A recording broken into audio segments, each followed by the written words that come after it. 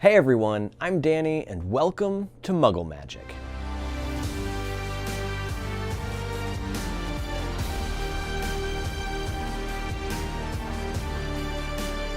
So the project in this video is not Harry Potter, it's actually a Star Wars project I decided to do because I really like Star Wars. And also the new movie just came out December 21st or something, I think, and it's halfway into January right now. But I still wanted to do a Star Wars video. I really enjoyed The Rise of Skywalker.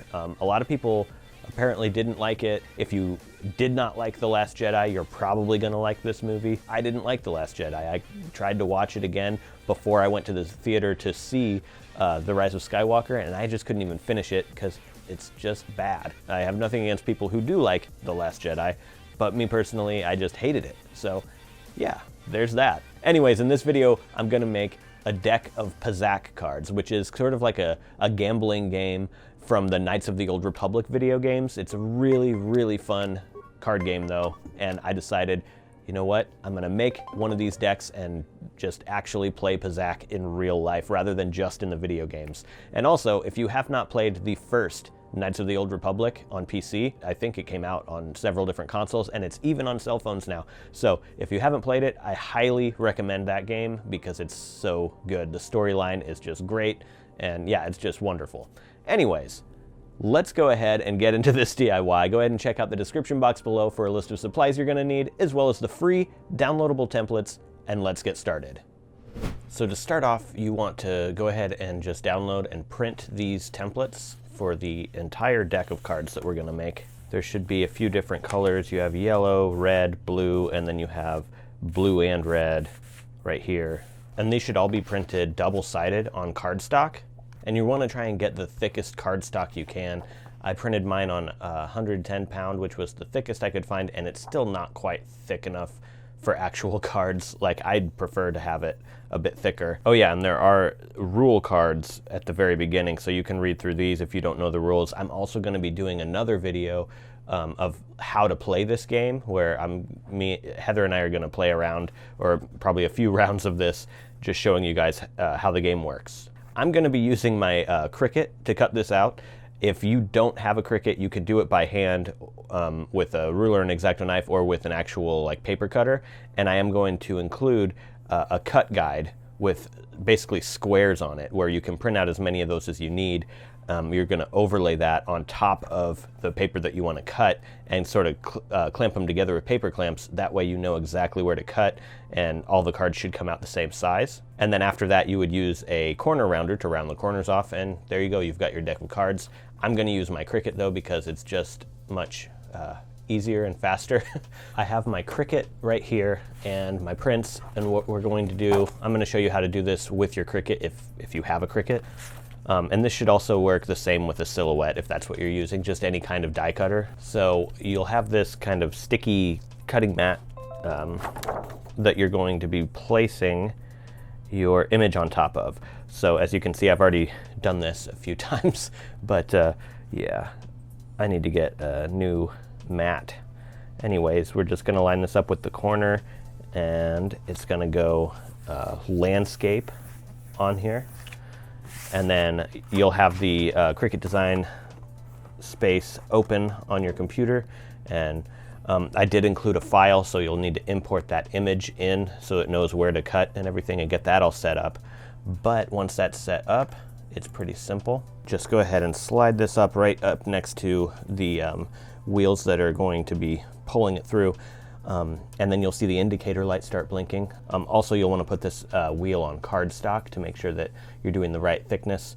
So we'll push this button, press that in this button, and it'll pull it through, or at least start pulling it through. And then when you click or touch the C button here for Cricut, it will start cutting.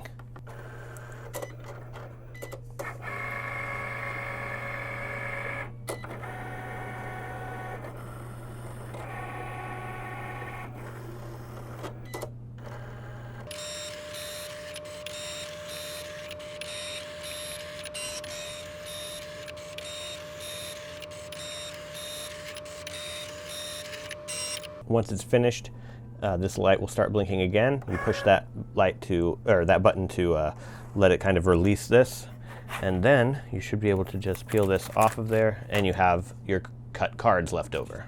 So I'm gonna save this piece because if you can see, it didn't cut them quite right. So I'm going to get my settings right so that it will cut it out right. And I'll show you how I'm gonna do that. So we're gonna just take another page and line up the basically the negative cut space from where it was kind of off and place it on top of our actual page, and then that way you can see how far off it is, and you can kind of use this as a guide. You can kind of slide it over and up a bit to get it right where you actually do want the cuts. And then holding it there, you should be able to line that up with the corner like this. And then you can take this part away, and now your page should be exactly where it needs to be in order to be cut properly. And alternatively, you could measure over and down, down and over how much it needs to be right, and then you can actually change the design space file, like scoot the image over the right amount. But this is a bit faster, and I'm just gonna do it this way. So let's try this again.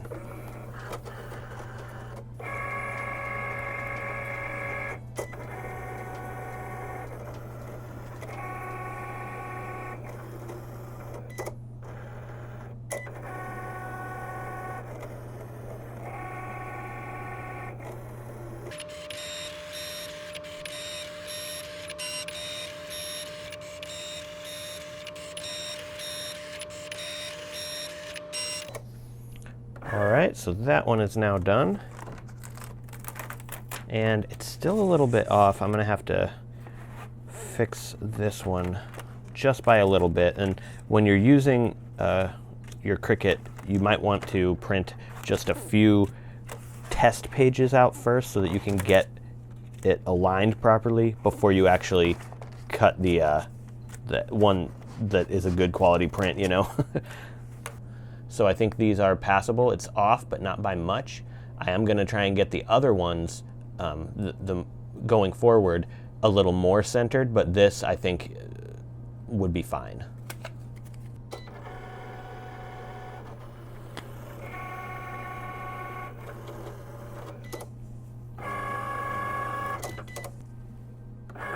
All right, here we go. Attempt number 3. And yeah, they look pretty good. So this is where I want them to be every time I cut them. So now you should have an entire deck of Pazaak cards. So, and yeah, if you used your Cricut, they probably look a little better than if you did it by hand. Because if you do it by hand, you're gonna have some that are slightly a different size, and they're not quite as easy to flip through like this or to shuffle and whatnot. But we do have the rule cards here. Like I said in the beginning, we do have rule cards, and you can read these to kind of get an idea of how the game goes. I can give you like a quick rundown of what the cards are real quick, just so that you kind of can jump in and start playing. It's really easy. It's almost like blackjack, but with some added cards and rules and stuff. First of all, there are 2 decks. So we're going to split the deck right here. All we want are the yellow cards numbered 1 through 10 in one pile, and this is the main deck. And then everything else goes into a second pile, which is called the side deck. So let's go ahead and shuffle these up. You want to shuffle the main deck and the side deck separately. Those shuffle pretty well for homemade, home-cut cards, actually. Yeah, that's actually pretty good. So they shuffle pretty well. Whoops. I wonder if they fan out well too. Nope, they don't fan at all. Like, not one bit. Okay, so we're gonna have our main deck and our side deck. So there's gonna be 2 people playing, and it's, like I said, it's like blackjack, but you're trying to get 20 points in total. So before each hand, or to start each hand, players draw 4 cards each from the side deck. and then that's it. You can set the side deck aside, and these are the 4 cards that you get to play with during the hand. So here's what I drew. And then next, each turn, back and forth between the players, you draw a card from the main deck and set it down in front of you. And this adds to your total. So right now my total is 5, and then the hands or the cards in my hand, which my opponent is not supposed to see, which are right here, I can use if I want to. So I could use +6, so that would add 6 to my total. I could do a -5, that would subtract 5 from my total. I even have a 0 in here, which does nothing and goes on to the next player's turn. It's a special card. At this point, I would probably just pass the turn off, and then it would be my turn again. I draw a 1, so that's 6. Really shouldn't do anything yet. I'm trying to hit 20. So the next turn, a 1 again. I didn't shuffle them well. So now we've got 7. There we go. Now we have 8. So that is 15 points right now. So if I did a +6, that would put me 1 over, and I would bust and lose. So you can only play one hand, or one card from your hand each turn, and you can only draw one card from the deck each turn. Since I have this -5, I'm just going to pass the turn off to my opponent. So then the opponent would draw their cards, and then it's my turn again, and I got a 9, so I bust. So yeah, that's basically how it goes. You're just trying to get 20 points or less, and whoever gets closest to 20 points wins the game. Now let me go over just a couple of these cards in here real quick, because there are a couple that aren't very obvious what they do. So here are all the special cards. So you have some that could either be played as a subtracting from the total or adding to the total, depending on which way you play it. And once you play it that way, you can never change it again. So if I had this and I wanted to add 4, I could add 4, but I can never change it to subtract 4 from that point on. Okay, so here are all the special cards that you need to keep in mind. These all came out of the side deck. You're not going to have any of these special cards in the main deck. Like I said, main deck is just 1 through 10, yellow. The D card is going to double the total of the last card you played. So if it was your turn, or last card you drew. So if it was your turn and you pulled a 1 and then you played this from your hand, that means this becomes a 2. Or if it were a 6, it would become a 12. If you pulled a 10 and then played this, you're at 20, and you basically you're sitting good. So yeah, that's what that does. The 3 and 6 and then the 2 and 4 is going to reverse the, I guess, polarity, you could say, of the card that or of all the 2s and 4s or 3s and 6s. So if you had this as your on the table, you know, if this was your total right here, you'd have a 9, a 6, and a 3, and then you played the 3 and 6 card, that would change the polarity of these two cards. So this would become -6, and this would become -3, so you would be sitting at 0 points. Same thing with the 2 and 4, it does the same thing with 2s and 4s.